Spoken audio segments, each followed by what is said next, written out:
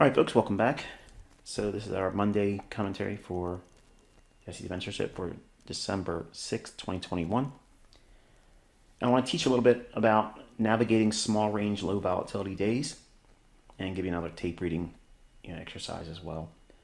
But before we get into that, I want to take you into the calendar, which is something I have not been doing, but you all have been trained to do this anyway.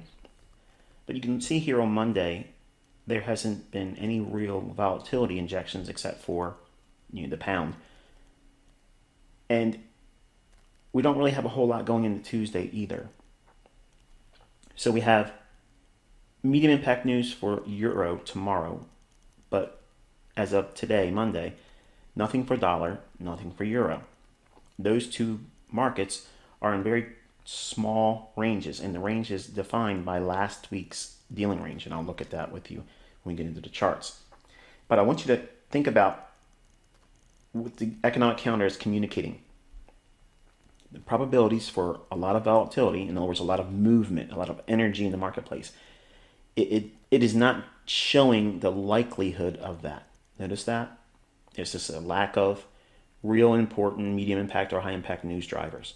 Okay, so no speeches, no kind of heavy handed data that's going to come out that would cause some kind of interest or disinterest in the marketplace. Because of that, and the technicals, okay, the technicals that we'll look at when we get into the dollar and euro, blending those two elements together equates to small range, low volatility days. So if we can forecast those instances, would those be the days that you would want to sit down and play Keno or lottery? In other words, putting live money behind those types of days? No. I would humbly submit that you shouldn't do that. And I think you'll see why in today's teaching and the lecture, because these are types of lessons that are rich in their depth and practicality.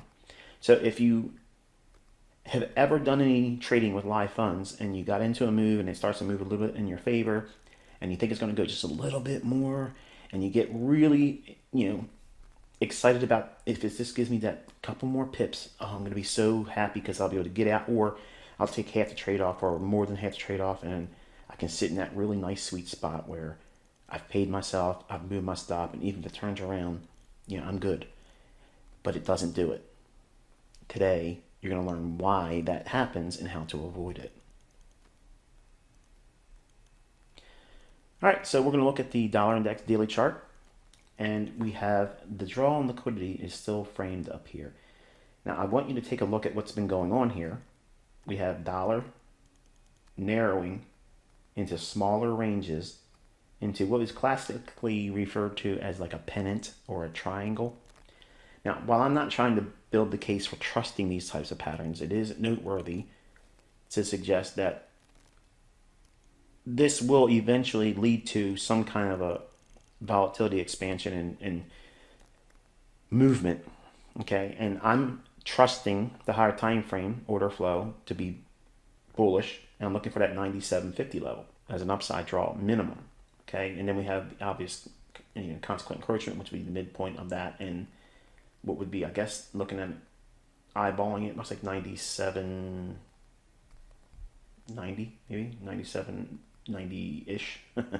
I'm not sure exactly because it's below the 98 big figure, the premium high of this range here. So this is the objective I'm looking for.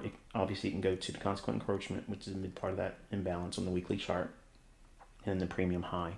So we have three specific price levels. We don't have a zone. Okay, even though the rectangle is shading the area that is the draw on liquidity, there are specific levels there that I teach you, and it's the low-hanging fruit one is this one here. Always try to aim for that one. And if you're trying to take partials, the majority goes off there. Then reach for that consequent encroachment. If you can get something off there, split the remaining balance off at that level, and then leave whatever that remainder is to try to see if you can reach that premium high. You may not get it, but it doesn't make a difference. I'm thinking, higher time frame, order flow, momentum still bullish. It's, to me, I'm going to side on that. Now, I can fall on that sword and be wrong, and it's okay. I'm not concerned about being wrong because the logic I'm using will serve me and you for years in the future because you're submitting to the process and you're submitting to the underlying pinnings of the marketplace, which is nothing here has shown that the dollar is weak. Nothing has shown that the dollar is turning around and going lower. So you have to stay with that narrative, even if you think you see something on lower time frame charts. I know it's hard, especially if you're new, but you have to just continuously look for that underlying narrative to make its way into the charts, as we'll indicate and show today. In an example, I did some recordings with some tape reading on the euro and dollar. All right, so here's the dollar index hourly chart, and this is the dealing range we're stuck inside of. We have this dealing range high and low. So all of this volatility from last week, all these little tiny little micro moves in here, while they are still something that you can study, and yes, you can scalp them, we are not above the high or below the low. So for me, and how I'm teaching you with my students, to look for high probability and when to anticipate expansions in volatility. Okay, so you want movement. How do you anticipate movement? Well, we got to have a displacement. That means we have to come out above this high and then show a characteristic in price action that would indicate that, yeah, we have an imbalance now, or we have stops to trade into, and then we can look for the next draw on liquidity. Right now, think about this for a moment. Even though I'm bullish on dollar, and I've been trying to illustrate that for months now, if that's the case, and we are anticipating dollar going higher, do you know which day it's going to take out this high? No, you don't.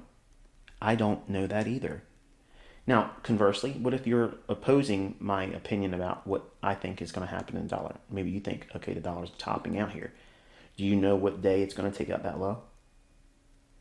No, you don't. So we're inside this high and that low in this range.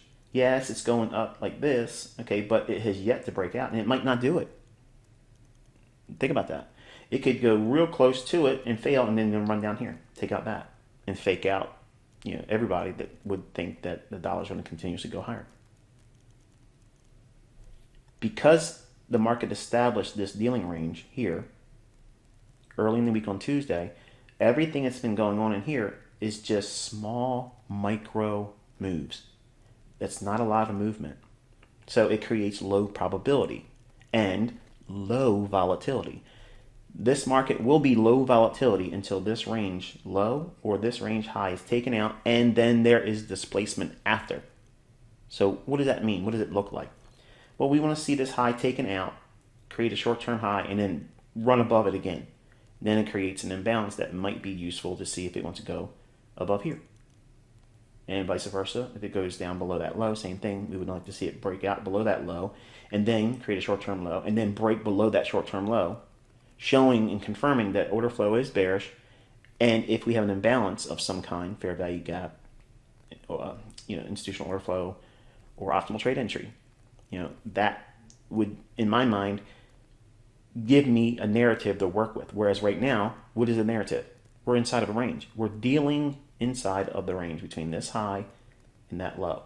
Now, think about how, if you've been trading for a while, if you have any experience in the markets, typically non-farm payroll would used to, years ago, create these nice big runs like that. Okay. Notice that on non-farm payroll last week, we had it happen on Tuesday, and then it was lethargic and quiet towards the other end of the week when non-farm payroll would be normally expected to create that big event, that carnival ride.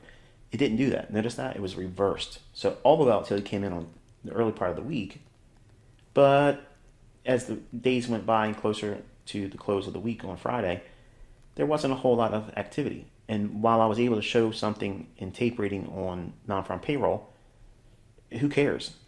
That's a day you wouldn't trade anyway. And looking at the economic calendar, as I open up this teaching and lecture with, you can see there's an absence, a void of real economic drivers that would create the opportunity for the banks to manipulate. Because that's the case, we have to lower our expectations on what the market's likely to do. And how do you know when just not to worry about trading? Because it's real easy to get impulsive or impatient, like I have to be in front of the charts today. I'm going to miss something. Fear of missing out, FOMO they call it. One of the things that you learn here is how to conquer that, and this is how you do it. Understanding the economic calendar and understanding the current market structure and narrative. None of these days since last week are any real reason for you to be in there saying, I have to squeeze this lemon to get the last drop of juice out of it, okay? You don't. You need to sit back and just let that range that's been defined here, let that be broken. And let the market speak to you from a technical stance of where the next displacement forms. And then you can go in and just casually say, okay, I'm going to engage now because I can see what it's likely to do now. Whereas right now, we don't know really. I can have the bullish bias all I want with the dollar. But until this high is given way, it's just my opinion. It's a conjecture on my part. It hasn't been established. So, we have to consider that as a trader. You have to know what the economic climate is, what's the market structure, what's the underlying narrative right now. We're inside of a range. We have yet to move outside this range that was defined by Powell speaking last week. Because that was framed on his jawboning session, whatever those factors were, and I never care to know what he says. I don't care, because I want to see the storyline in the candlesticks. I want to read the narrative and the trade psychology of the market in these little candlesticks. They're going to tell me everything I need to know, because fear and greed is written in these candlesticks.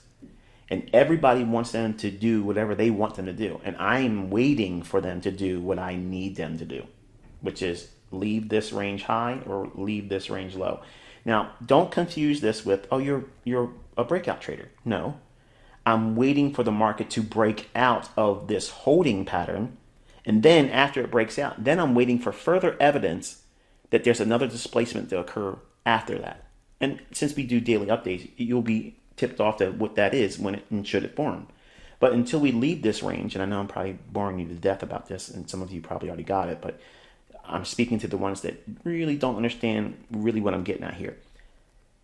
Don't feel like you have to be in front of the market every single day when the market creates environments like this, where the economic calendar is really not exciting at all. It doesn't have any medium impact or high impact news. So there's really no likelihood or probability that there's going to be a lot of volatility in that day. Add to it that we're stuck inside this dealing range, and it creates a 50-50 scenario. It could take out that high here, or it could take out that low. Do you know which one it's going to do? No. Do you have an opinion of which one you would like to see happen? Probably. Most of you probably want to see the same thing I've been saying and telling you up front, that I would rather see dollar go higher, and that would suggest that the high is going to be broken. But there's nothing guaranteeing that, and it has yet to do it. So you wait. You don't fear missing out on a move because the move hasn't really established itself yet. Nothing here indicates that you should already be in the marketplace right now. But that does not negate or remove the opportunity for you to go in and study intraday volatility and liquidity, because by understanding what I'm showing you in this lecture, it will help you differentiate when you should be focusing your time and energy, and if you ever decide to go with live funds, what it will not look like, preferably, when you are doing it with live funds, should you ever decide to do that, which I don't recommend doing because we're all demo wallers here. All right, so in layman's terms, I'm showing you by contrast today, yes, my tools will work in these low volatility, low probability days, yes. But just because it does that, don't feel like what's the point of me doing this if I'm not going to take a trade live?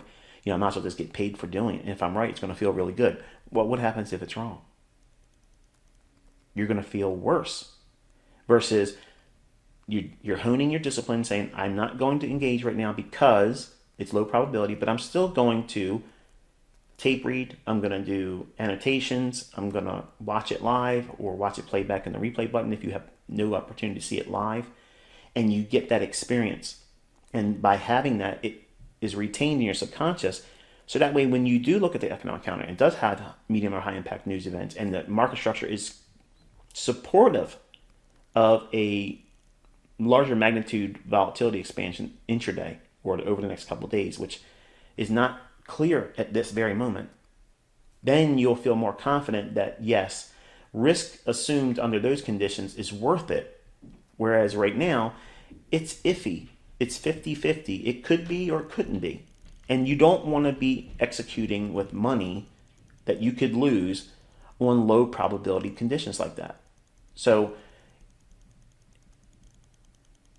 knowing that helps you trust what you're doing as a study, but you're not led into by enticement to put live funds in there and then get caught offside and lose and then feel worse about it. Okay? All right, dollar index 15-minute time frame. Okay, we had the order block right here. And actually, let's go back up. I didn't do a good job there talking about that. We have a bullish order block right here. So we had a discount array there. These lows, we'll look at that when we drop down to the 15-minute time frame, but just know that line is the bullish order block there. Okay, on the hourly chart. Again, the bias says bullish dollar. The expectation is low probability, low volatility. Okay, so when the market trades down into the order block, it does this. Then it creates these flat lows, relative equal lows. It runs up and then slams down, clearing out the sell stops. So then the market's allowed to rally. When the market creates this condition inside of a bullish order block, and we are looking for higher prices in dollar, that means on euro, we should see a higher high on euro. When it make the lower low here on dollar relative to that low, euro should post a higher high exactly at the same time this dollar creates a lower low. And we'll look at that when we get into the euro dollar. The market creates a volume imbalance in here, rallies through here. So we have low, high, lower low, up close candle. That is your breaker. You can trade inside of that if you're committed and your convictions are strong about where you think it's going to go, which is right here, this spot side liquidity pool, and maybe up here. But you'll see when I did a tape reading, I already indicated that the likelihood of the second level of liquidity would probably not be taken today. So that way you understand, I type it out in the chart, so it's not like something that it was an afterthought. It's absolutely being communicated in the lesson today, and I'm actually going to show you, reading it live, recorded live. So we have the volume imbalance, runs through, it consolidates inside of the bullish breaker, which is this up close candle here. And because we have low volatility, and it's the bullish breaker, this is how you trade inside of the breaker with the expectation it's going to move higher and not wait for it to run out and then come back down in, because the volatility is going to be so low, and look how close you are to that high. So if it leaves the breaker like it does here, why would you elect to wait for it to get up to something like this and then come back down in? Because that might be a failure. It may not want to go back up to here at that time, because why? The economic calendar says it's going to be slow, and we're stuck in that dealing range as I've indicated on the hourly chart. Now, big, huge step in your understanding. Since we're inside of a bullish breaker here, and we're expected to run to this buy side liquidity pool, and it's a small range, that's only about 10, 15 pips, right? So we don't need to, I don't need to, and this is why sometimes when you see me doing my live executions and I'm annotating the chart, you see me entering right inside the breaker. And a lot of you will, and folks that are on YouTube, in that community, they'll email and say, how did you know to enter before the breaker was traded back to? I'm teaching you that right now. It's all relative to the narrative, the volatility that's expected, and where are we at in terms of the market structure. The market structure is literally indicating to you that we're stuck inside that hourly dealing range. So that hourly dealing range, since it has not given way, it hasn't moved higher or lower outside of it, everything that we trade on, all of the moves are micro level.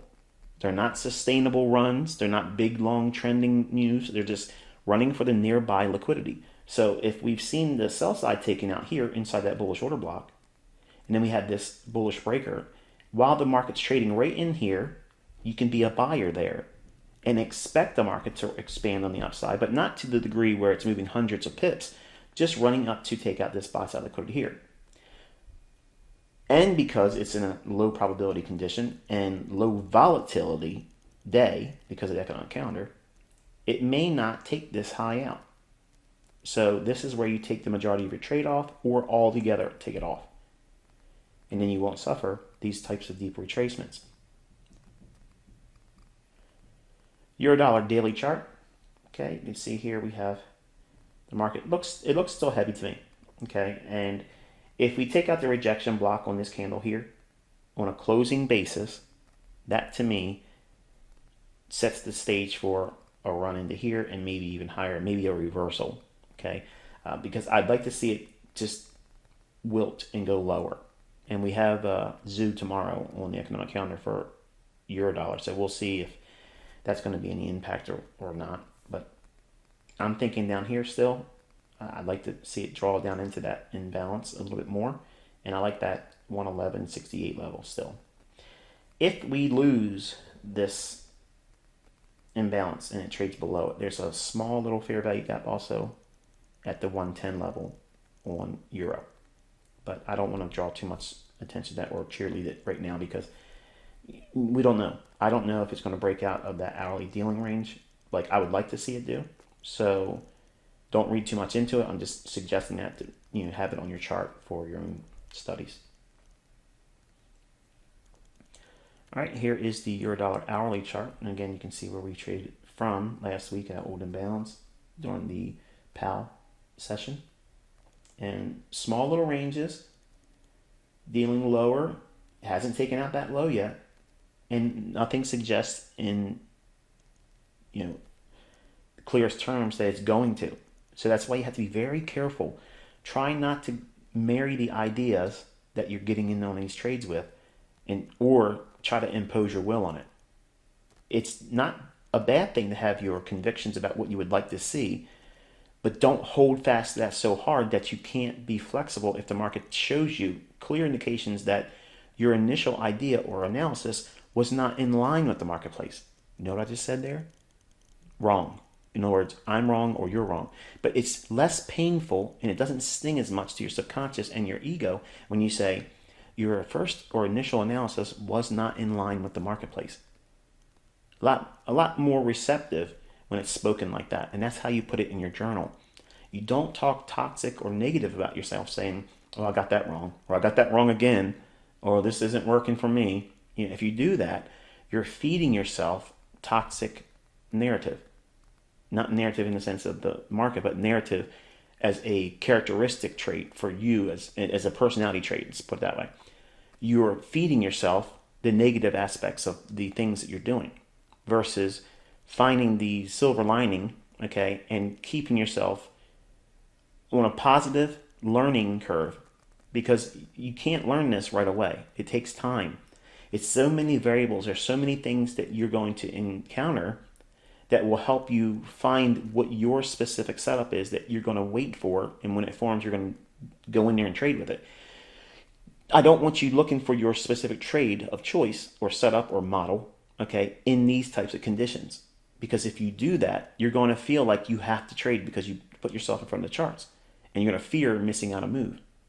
So those conditions are ripe for failure.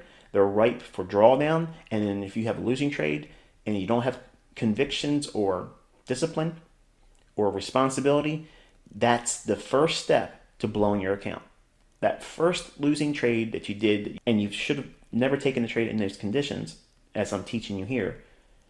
And then when you do lose with live money, you feel like you got to get it back right away because that'll fix it. That'll put the Band-Aid on it, and then the boo-boo's gone. But that won't fix it because sometimes you're going to rush to get in something else, thinking it's going to get your money back, and then you're going to compound that loss into something more. And then you're going to have fear, greed, and fear of missing out. All three of them coming at you at one time, plus regret because you didn't listen to the rules. So when I teach lessons like this, these are worth the entire membership's fee. because it helps you remove all those ideas about, I'm impulsive, Michael. I need to know why I should be staying out of market for this particular day. How do you know when not to trade? How do you know when you should go in and trade? What differentiates that? These lessons like this. Because if you understand what I'm showing you and teaching you, and I mentioned last week, until we leave that range that was developed last week, we're in low probability. We're stuck inside the range. So we are dealing inside that range. So therefore, we're trading inside that range. So unless you are capable of trading on a 1 or 5 minute chart, you should not be trading at all. Period. So euro dollar doesn't create that higher high. Notice that? Whereas the dollar index created that lower low, euro failed to do that. That's SMT divergence. It's bearish. So at that time, it's qualifying and confirming that a higher dollar running into its buy-side liquidity pool is likely to occur. So the mirror image of that on the euro would be taking out this low here, and maybe if it could expand low enough, take out that low. But remember what I said, it may not reach for 2 levels of liquidity. It's just going to reach for the nearby liquidity, and that would be underneath this low right here. Now, looking at it like this, you can see, well, it looks like it went right down to that low. And it actually does by 1 pipette. It goes below it just by 1 pipette. But it doesn't really sweep it. And that's the element that I want you to really take away in this lesson, because if you're selling short on euro, with everything else that's been shown here, there's nothing wrong with taking 10, 15, 20 pips out of it. But don't marry the idea and think, oh, you got a runner. It's going to break out this and then break out this and then go down here. Don't do that. Not on a day like this. No. You don't want to do that. You want to study it, not with live funds, and then say, okay, I would expect it to trade below this low, and then we'll see if it can run below that low. And you submit to that likelihood of being wrong. But you've already anticipated this likely low not being taken out. And it's rewarding when it doesn't do it. It proves that you're honing your skill set. You know what you're looking for. The visibility of reading the algorithm and to tape reading, it grows in your understanding. And it gives you such an incredible level of confidence. But you won't get that right away. Okay? Some of you young folks in here, you want it immediately. And it doesn't work like that. You can't just say, I watched the video or I looked at this a couple times over the last couple months, and I should know it by now. You're a liar, okay? You're lying to yourself and anybody else that you say that to, because this is extremely complicated things, and you cannot learn them very quickly. You have to expose yourself to a lot of time, a lot of price reading, back testing, and then you will see it over time. A lesson like this would be probably very boring on YouTube. People are like, I'm not interested in this.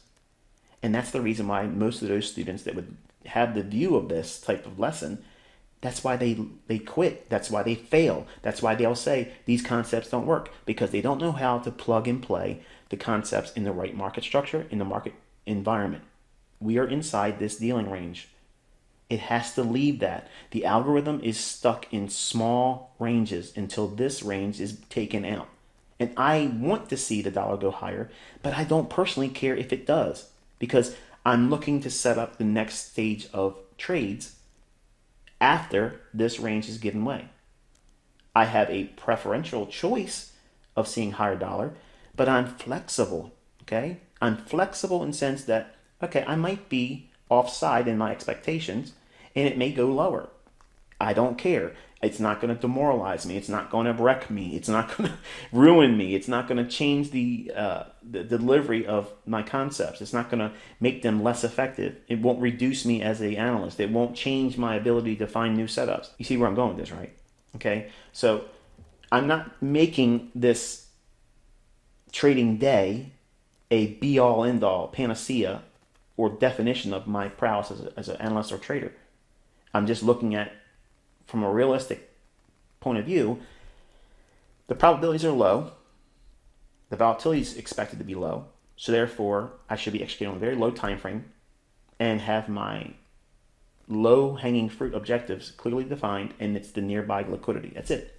And that would be referenced by this low here after the S&T divergence confirmed that euro was unable to make a higher high. Dollar went lower to take out liquidity inside of its bullish order block on the hourly chart. It should trade for its buy side liquidity, so therefore the euro should trade down for its sell side liquidity. And if we're lucky, if it goes below this low, great. But if it doesn't, we're not surprised. Now think about the command and control over yourself if you can think like that before it happens. That's not communicated in books. It's not communicated by any other teacher out there. They don't teach like this. These are the real nuts and bolts, rubber meets the road type of teachings that I avoided for years. And until I submitted myself to these types of things, this is where I had the greatest learning curves, because it removed a lot of the things that were in my way, which was namely myself, wanting to trade because I have to trade. I got to get out of my job. I have to do this today because I'm sitting in front of the chart and I can't waste my time. You know what I'm talking about. I don't need to give the whole laundry list. Those things that you feel that are psychological barriers, but it's so easy when you don't really fully understand what you're doing. It's easy to say, oh, these concepts don't work. No, these concepts work. But you're trying to make a hammer do the job of a screwdriver. You're asking a fishing net to be a umbrella in a hurricane. They're impossibilities, folks. And they may be extreme analogies, okay, but to me, that's how I look at it when my students come in and they just traipse through a couple months and they think, oh, I should already know how to do all this by now. Man, you're fooling yourself. You have not given yourself the time or the opportunity to fully digest a full calendar year, see what the market offers, and when it consolidates, when it expands, when it has trending models, when it has reversal models. All those things have to be interpreted real time. And you navigate that with me because I'm basically pointing it out, saying, okay, this is what we're doing, this is what we're not likely to do. And you learn by example. But these lessons here, if you understand this, these lessons will keep you many times from blowing your account. I'm not saying you can't blow your account in other ways, but this is where people hurt themselves the most. They do more trading and they overtrade and they force trades in these types of conditions. And you can't do that and expect to be successful. Every single time I've ever done that as a trader, every single time, it has always been an adverse result. I was not happy with what I did. I was angry at myself, and I used to fault the things I was trying to apply. And then finally I said, you know what? It's me. I'm that thing that's messing it up. So what is it I'm doing wrong, and what things am I repeating over and over again? And when I did that, I discovered it's these elements here that I was trying to force into opportunities that have lots of magnitude and opportunity and movement when it doesn't offer that right now. So when I tell you in the commentaries, in just passing, comments saying like, we're in low probability conditions, you're getting a real in-depth view of what I've been referring to when I say things like that. We're looking at the internals, the underpinnings of the marketplace, what makes it low probability and low volatility. Again, it does not mean that you can't go in and study. You absolutely should be studying this stuff on these low days like this. But don't try to trade them with live funds because they will frustrate you. They'll trick you into thinking it's going to really run when it's not. It's not going to do that. You ask questions to me sometimes in emails to say, how do you know when it's going to create an optimal trade entry versus when it's going to take out an old low or an old high? Well, conditions like this will help in that sense because you know the likelihood of a range not giving way when it's in low probability conditions like this. There are times when the market's bullish and we're in a low volatility expectation where the calendar is really quiet and it creates an opportunity where it trades down to a low but doesn't take out the lower low, and that sets up the stage for an optimal trade entry buy because the underlying pretense is bullish. It's going higher. But if you know that the range is unlikely to break when it's dropping down and you factor in all the other things that you learn in the core content, you don't have any fear of it going lower. You trust the fact that it's trading down into a bullish order block with a fair value gap and optimal trade entry in a time of day on a day that it's expected to trade higher, and then you trust it. That's the recipe. But just because you have the recipe and you mix the ingredients together, if you're not paying attention to everything you're doing, you could leave that thing you're cooking too long in the oven. Did the recipe cause that outcome? No. You, the baker, did. But it's easy to say, oh, I had faulty ingredients. Oh, that oven did it to me again. I got to get the settings checked on it. You got to be responsible. So these lessons help you develop responsibility and discipline. Being in control of yourself. Not saying, oh, I'm going to go in here and throw the dice. No, you don't want to do that. You observe and learn, but you don't risk in these environments. I told myself I was going to give you all this coaching in this lesson, but it's too good of an opportunity not to do it. So that way you guys can get it, hopefully get it in this lesson and not need a whole lot more of them. All right, so here is the 15-minute time frame for the euro dollar, and we traded down below the low here after creating the SMT diversions. It trades back up, immediate rebalance in here, breaks down, consolidates, and rolls out of that. Attacks sell side, goes right down into and 1 pip at below that low, and fails. Now, I did a tape reading session, and I annotated this low saying it's possible, but it's probably not going to take out that low because of the low volatility conditions and the economic calendar. It just doesn't support the idea of a big range breakout and trending move type of event. But drawing below this low here, certainly good enough, and it draws all the way down to that low. So once it does that, notice what happens. It comes right back up to this imbalance and where the entry essentially would be going short on a bread and butter type setup. So in other words, getting short in here with the expectation of running below that low, maybe tagging that low here. That's the run that you would get, but you have to get out. Otherwise, this type of retracement here, or altogether come back even higher, maybe you can take out this and still stay inside the range that was created last week. And it would be a waste not to have taken out partials here in your paper trade, in your annotation study, okay? I don't want you thinking that these conditions are going to allow you to go in there and every single day, tap dance and get 20 pips. These are the days that you will likely get it wrong and get hurt. So if you can identify them beforehand, navigate around them, study them, but don't engage, not even with your demo account. Don't even do that, because to do that, it cultivates bad habits of chasing new pips, chasing new opportunities in low volatility, low probability conditions. You want to learn discipline and say, yeah, it could do this. It could go down and take that low out, but I'm not going to execute on that. I'm just going to study it. And I'm going to feel good about the fact that I didn't do it because I'm exercising discipline. I'm controlling my fear of missing out, and I'm replacing it with responsibility and depth of understanding. There's a huge chasm between those two characteristics. The retail-minded trader has no interest in being disciplined or responsible. They just want to give me a setup, let me get in there and make my money. And they don't even respect the level of risk until they're ready to get stopped out or they get margin called. Then it's suddenly an interesting topic of risk. But they don't want to identify it or consider risk or the personal responsibility involved until they blow their account.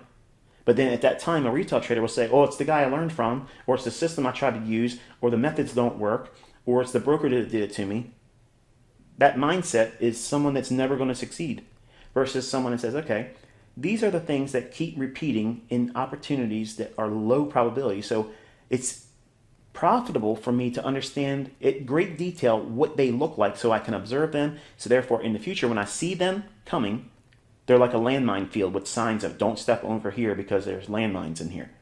That's what this is. It doesn't mean you can't navigate through a landmine field, because you could get lucky and walk through and never touch a landmine.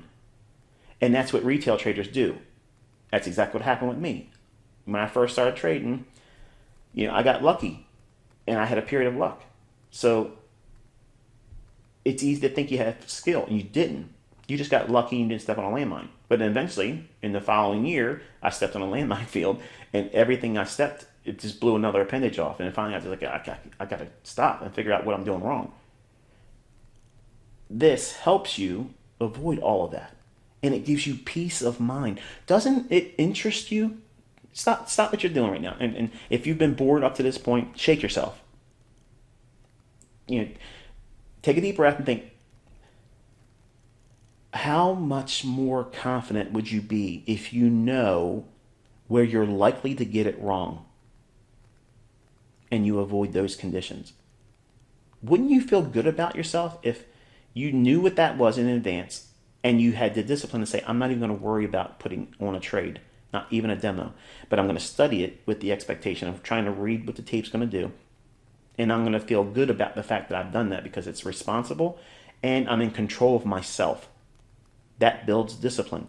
That does not happen right away. It does not happen by watching a video. It happens by you getting in the charts and watching it, studying it, back testing it, either with a replay button, so you're getting the closest thing to real time, or record the day's data with screen recording device, or watch it live if you have the opportunity to do that. By doing it, it empowers you. It really gives you the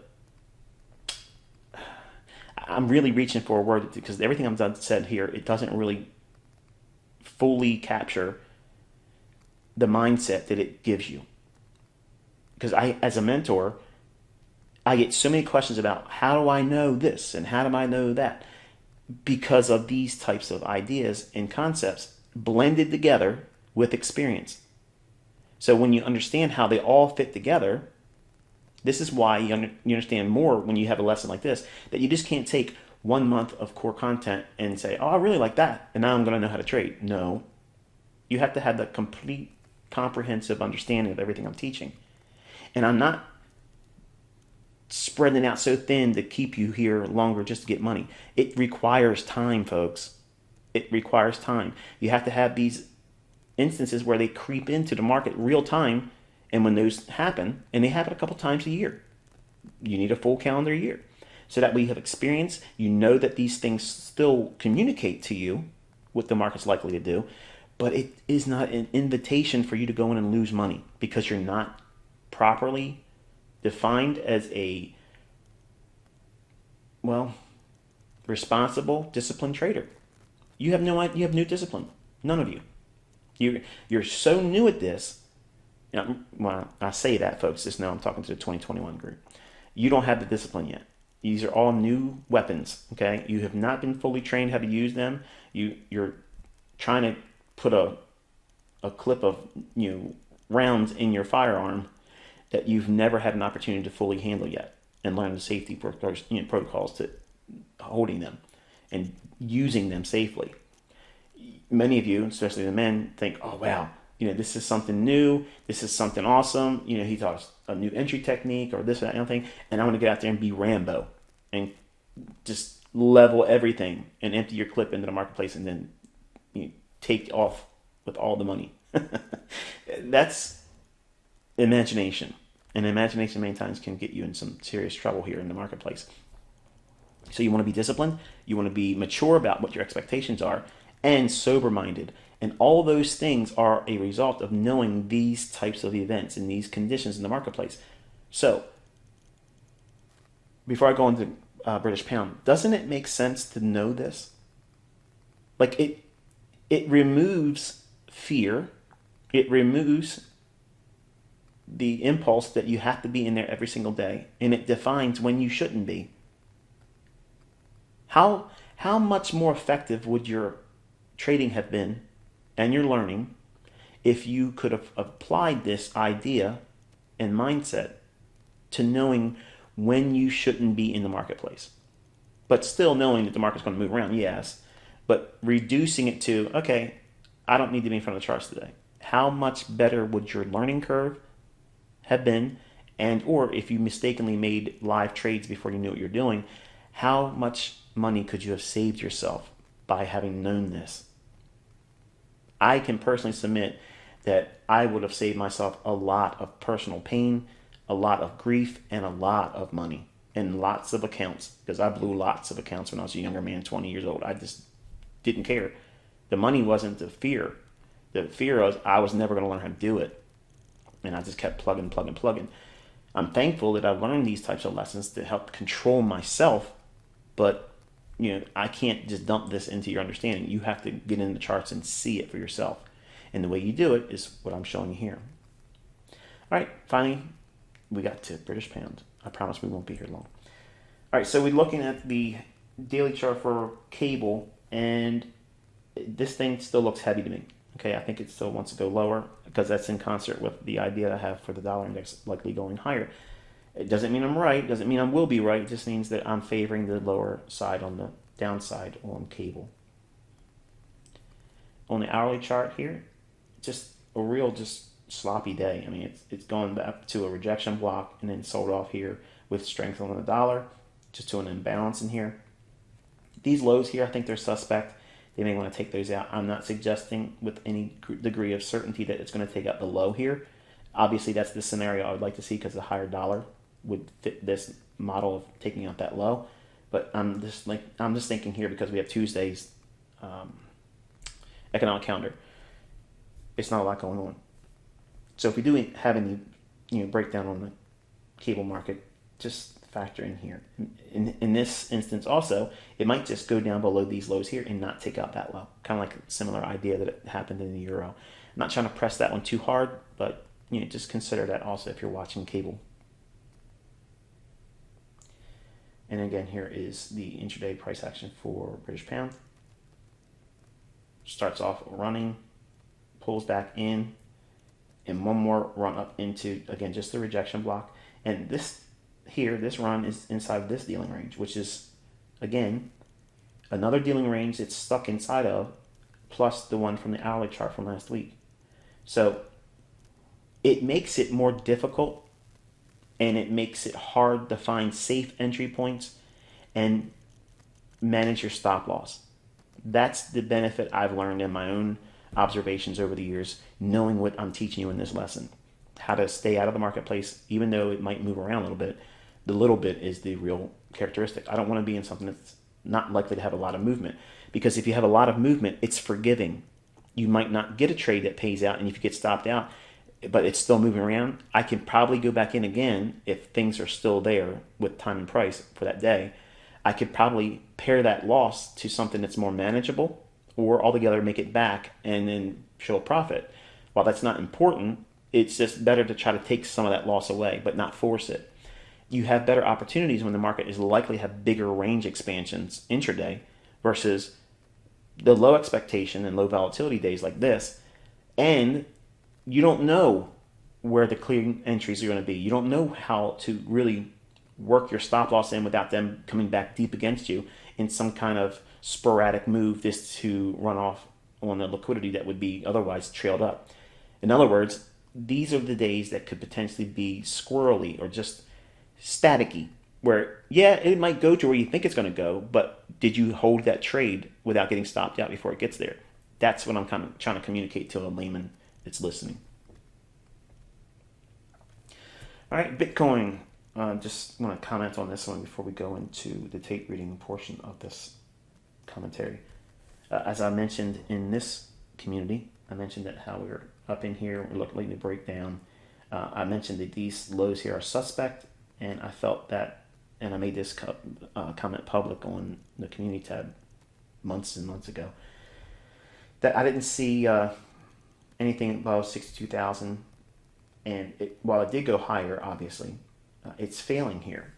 And we had a nice breaker, that's what I'm indicating here. It stagnated around into that, and then finally it just, over the weekend, it just fell out of bed and wilted. Now, I'm disappointed in myself because I had intentions of making a post about this area right in here. Now, I would not have been exactly to the low, but I was trying to think about, drawing attention to this one right here. And then if it takes out these lows here, you got to be watching out for these lows. Ultimately, unless this thing completely reverses and rips the face off of anybody that's bearish, I still believe that this is where they're going to take it. Now, does it happen real fast? I don't know, but look at this.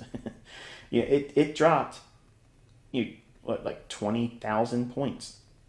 20,000 points. I was up here talking about on YouTube. I said my mood was to take out these lows here, and from that point, it just that's 20,000 points. Good grief!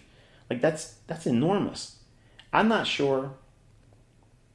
Honestly, I'm not sure if I was trading crypto, if I could hold on to something like that. Like it just, to me, it would mess with me psychologically. Like that's a lot of movement, and seeing it break down like this to me doesn't bode well. I don't have a whole lot of faith in this asset class because it does a lot of things that doesn't make sense to me. And I don't see that as a weakness. I see it as I know enough to know I don't know it. Okay. So if I'm honest with myself and I'm honest with all of you, I don't know this asset class. And when it does things, it does it in such an exaggerated form that it's, to me, frightening, because I don't think I would be comfortable even in a winning position. Like if I was short and it was just coming down thousands and thousands of points like that, dropping, like that would cause anxiety for me, admittedly. Like I would probably get to the point where I would lose clarity about where I'd want to get out at, because it would be moving so fast and the velocity of the movement lower would make me think it's just completely crashing to these lows here. And I'm being honest with you, because I've never seen a market move like this thing does. And that's also another reason why I don't want to trade it, because I know enough about myself. I'm not fearful of getting in trades, and I'm not fearful of losing money, but I am fearful of myself when it's like very fast, ferocious type movements, because I've had some of those types of moves in commodities. And I know the characteristic in myself is I abandon sound logic about exits. And this is one of the things I've said many times openly here in the mentorship. And I think I've said it also on YouTube. My weakness as a trader is the exits, because I'm looking for the perfect one. And that pursuit of perfection could be many times deadly. And I'm not confident that I would be able to manage myself effectively in moves like that happened over the weekend, where it just completely fell out of bed. Like that was, yeah, that's a big move, man. From in here, dropping like that. That's pretty freaking crazy. But I got people in here, and I have people in the public community on YouTube that swear by my concepts in this stuff, and they apparently they find trades that pay them. I don't know. I just think that would scare me, and I wouldn't want to trade this market right now, because it's already wiped out a lot of people, and we're inside of the retracement. There's a long wick down here. Think about where that midpoint is. I think it could revisit that. If it trades below it, and then we'll resume being bearish. But as long as we're above the consequent encroachment of this wick here, just expect consolidation to retracement. All right, and I think that's going to be it for this. Let's go over to the tape reading portion of this video, and hopefully you get something from it. All right, so we're going to look at a low volatility, small range day as a result of a lack of any calendar event, and we're also inside of a larger dealing range that we're waiting for markets to break out of relative to dollar and euro. All right, so we're looking for a dollar to move higher into that buy side liquidity pool, and the sell side liquidity pool may get tagged today, but I noted that it might not do it at all because of the low probability. And this is a voiceover because it was a very slow delivery of price. Obviously, you can see everything's mapped out ahead of time. There is a SMT divergence that is the framework on this idea here. So it's not a trading or trading day that I would particularly, it's not a particular day that I would actually trade in, but just for visibility's sake, you can see that the dollar index is trading inside of its bullish breaker after forming its lower low, but yet the euro dollar on the right hand side failed to make a higher high. So that's SMT. It's qualifying the idea that this market is likely to go for sell side on euro, buy side on dollar. All right, so I'm basically suggesting that in this area, we should be starting to see range expansion moving lower to attract the sellers in the marketplace, pull them in because of the low being taken out on euro. That's what I'm anticipating here. This small range day can create these lethargic little consolidations that are sloppy. They have almost noise-like, and I hate to say that word because I've in the past made reference how lower time frames, when it's liquid, when the markets are liquid and the markets are symmetrical, it's not noise. But when it's in conditions like we're in right now, yes, you can read it, yes, you can forecast it, but it's not so clean that you should be actually engaging and entering it. But practicing in these conditions, this is how you navigate in these small, low volatility days. It builds your understanding of liquidity, it builds your understanding of order flow, and it bodes well for your tape reading. So if the market were to trade a little bit higher and take out the rejection block on the euro dollar on its 5-minute chart, that would be an area to go short. You could go short here at the 112.90 level. It's a nice round level. The 113 big figure should be defended because of the SMT divergence, and liquidity below the marketplace has not been thoroughly purged. So we're looking for a run below that 112.75. We'll just call it round it to the 5 level.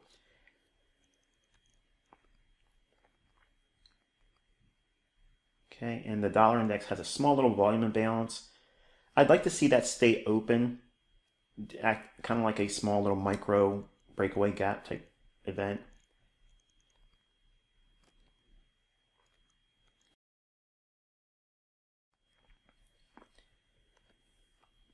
All right, so that looks promising on the euro. Notice there's a small little relative equal lows on euro on the right hand side. Sell stops are pulling under that and layered all the way down to the old low at 3 o'clock in the morning today.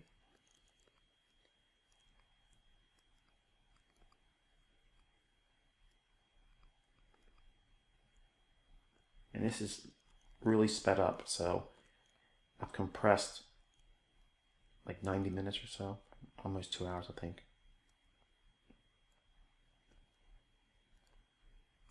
Nice expansion on the downside. Now again, if it was a more liquid day and it had news drivers in it on the economic calendar, as I noted at the beginning of the video, there's a lack of any real medium impact or high impact news events. So with that, and here's the main thing, we're inside that dealing range from last week when the Fed chair created that little bit of a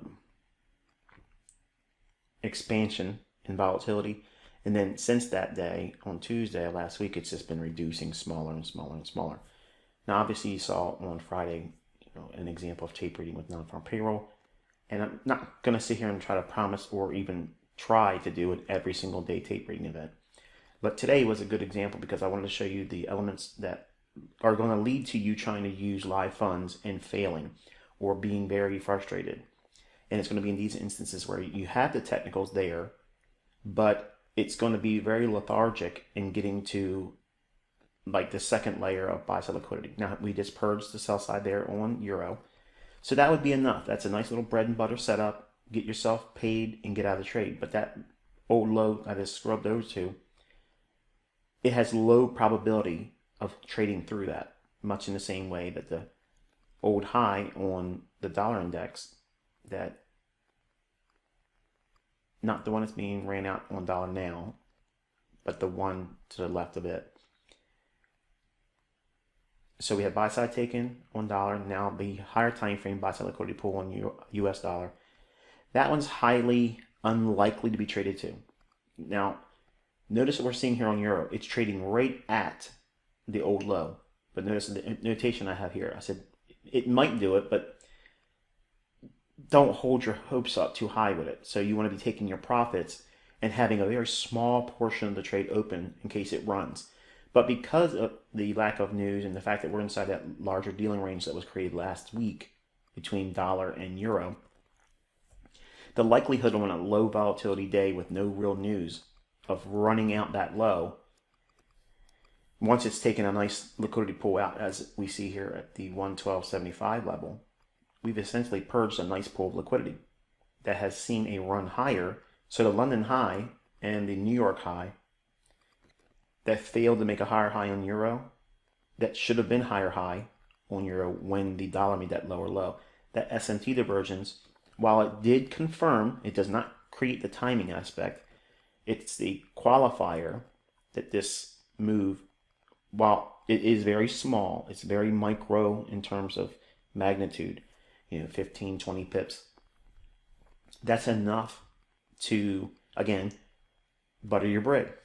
Okay, you're just trying to get a little bit of something each day to study and differentiate when you put real effort, and I'm saying that with my fingers in quotations, and we'll say effort is that green paper stuff.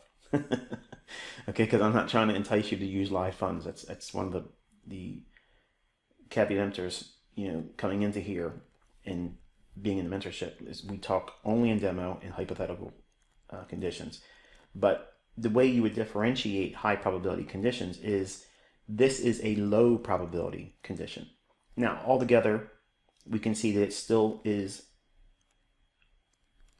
basically delivering on the basis of what I teach and how the market should reach for liquidity. The directional bias, we're bullish on dollar, that hasn't changed. We're looking for lower prices on euro, that didn't change. But when you go into the marketplace, you want to have certain things behind you to support the narrative that you're operating in. In this case, we're looking for a higher run on dollar to a logical buy-side liquidity pool or an old high. But then just above that high, we have another short-term high. And you probably have encountered this before, where you get into a trade and maybe you were right and maybe you were short in a move like what we just had in euro. Okay, and it started moving down in your favor. You had 15, 20 pips in your favor. But you started thinking, okay, well, it's going to run out this next new low and I'll get out below there. I'll take a partial there and then see what happens. And then it stops like this. That is frustrating, especially if you hold on to it and it reverses and goes right back to your entry, if not worse, goes into your stop. Or if you don't use a stop and it goes against you and your entry, then you've created all kinds of new toxic thinking. It creates a huge wrestling match internally and emotionally, and it makes you fear the next trade because you were not being disciplined, you were not being responsible with your decision making, your trade management, or your risk management. So having the ideas of what makes the market low volatility and low probability, it doesn't mean that your concepts that you're learning here aren't going to be useful in those conditions. It just means that you have to be much more nimble and contrast this type of movement where, yes, you can see me doing it and you can do it in your own trading and studying and all that, but it's not something that you should plunk live money into. Study it so that way you learn the characteristics and traits of low probability and low volatility. Okay, and I want to make sure you guys know what that means. What am I classifying this day for as a low probability, low volatility day?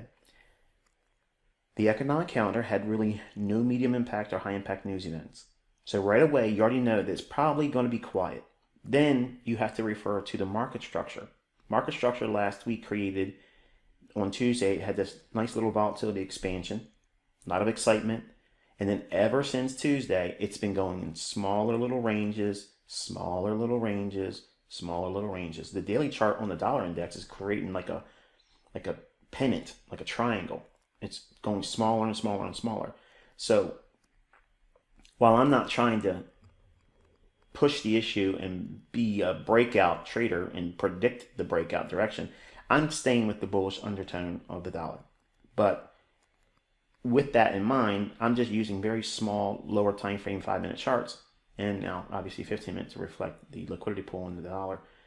Those elements I'm using together to thread a tapestry that shows, yes, there's probability, but it's low, and you shouldn't ever put live funds behind a day like this, but study it, obviously, for your edification. You can see now how we come all the way back up to where the entry would be on the euro dollar. So that would be very frustrating if it was something that you were engaging in with live funds. So while this one isn't all that great in terms of magnitude, it does have a lot of rich characteristics you can draw from and glean more experience. That way you can differentiate low probability and high probability.